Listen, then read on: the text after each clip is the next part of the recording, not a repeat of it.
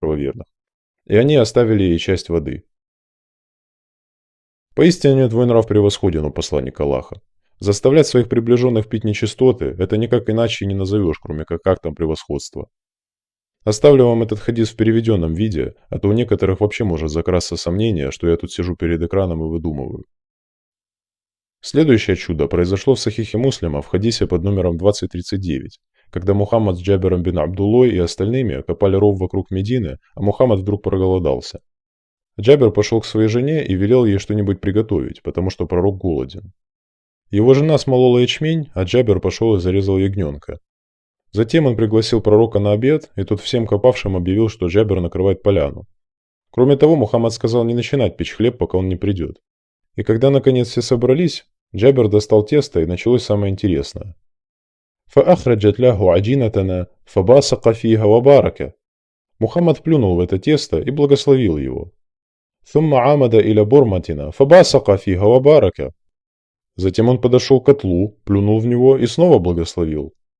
«Thumма каля, адуани хабизатан фальтах бисмаак».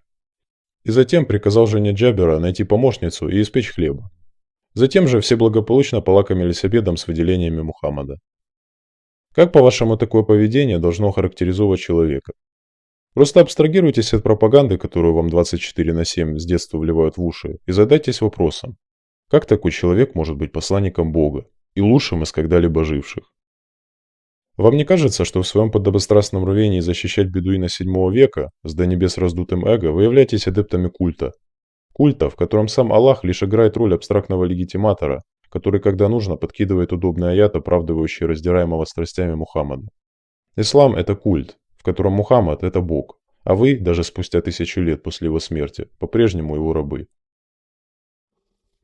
Эта жизнь, если вы отрубите вот эту голову, это для меня не имеет значения, это для меня более мелкое, это является мелкой вещью, меньшей, чем даже то, чтобы у пророка, саллаллаху алейхи вассалям, уколола просто колючка. Если выбор стоит, просто колючка уколет пророка, саллаллаху алейхи вассалям, или отрубить мне голову, пусть отрубят эту голову.